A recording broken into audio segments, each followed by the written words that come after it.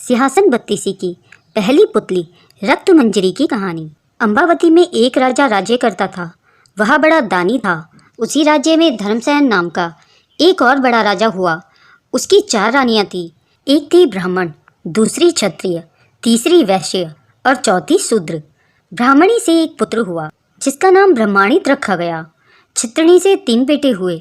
एक का नाम शंख, दूसरे का नाम विक्रमादित्य और तीसरे का नाम भृतहरि रखा गया। वैश्य से एक लड़का हुआ जिसका नाम चंद्र रखा गया। शूद्राणी से धनावतारी हुए। जब वे लड़के बड़े हुए तो ब्रह्माणी का बेटा दीवान बना।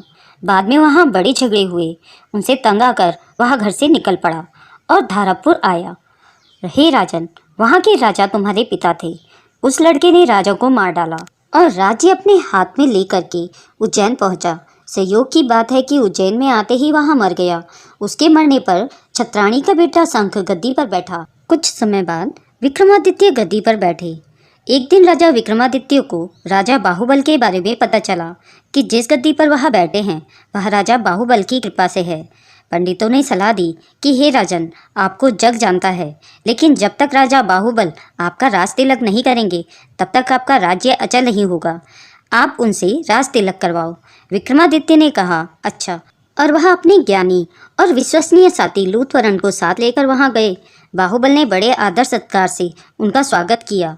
5 दिन बीत गए। लूथवरण ने विक्रमादित्य को सलाह दी कि जब आप विदा लेंगे तब राजा बाहुबल आपसे कुछ मांगने को कहेंगे। राजा के घर में एक सिंहासन है जिसे साक्षात महादेव ने राजा इंद्र को दिया था और बाद में इंद्र ने बाहुबल को दिया।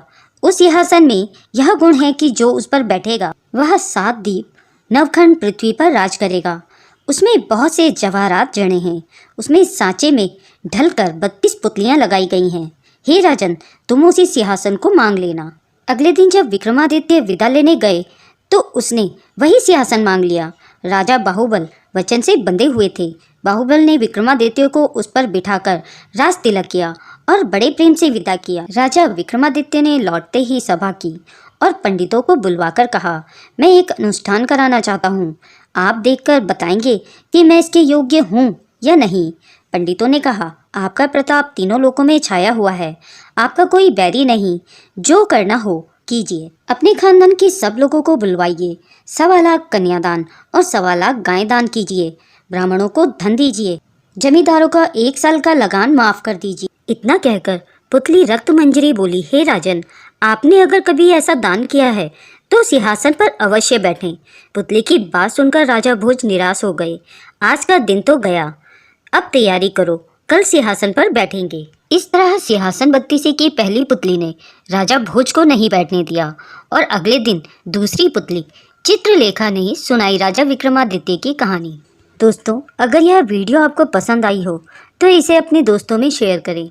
अगर आप मेरे चैनल में नए हैं तो इसे सब्सक्राइब करें।